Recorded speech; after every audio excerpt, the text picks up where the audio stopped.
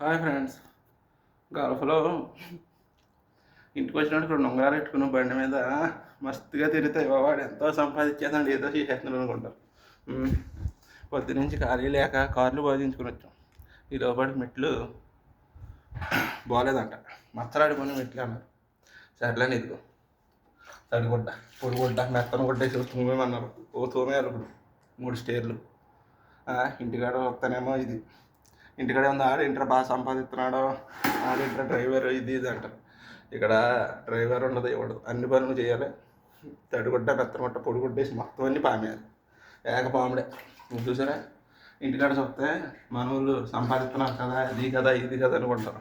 ఇక్కడ ఏమి ఉండదు, అన్నీ కష్టాలే. అది ఇంటికి వచ్చాక ఆ 10 రోజులు ఆ డబ్బులున్న 10 రోజులు ఏదో ధూమ్ధాం చూసి అంటాం అంతే. అది అయిపోయి మళ్ళీ యథావిధికి ఇదే బతుకు. మన ఊళ్ళో బాత్రూమ్ కడతారు కదా, అదే పని.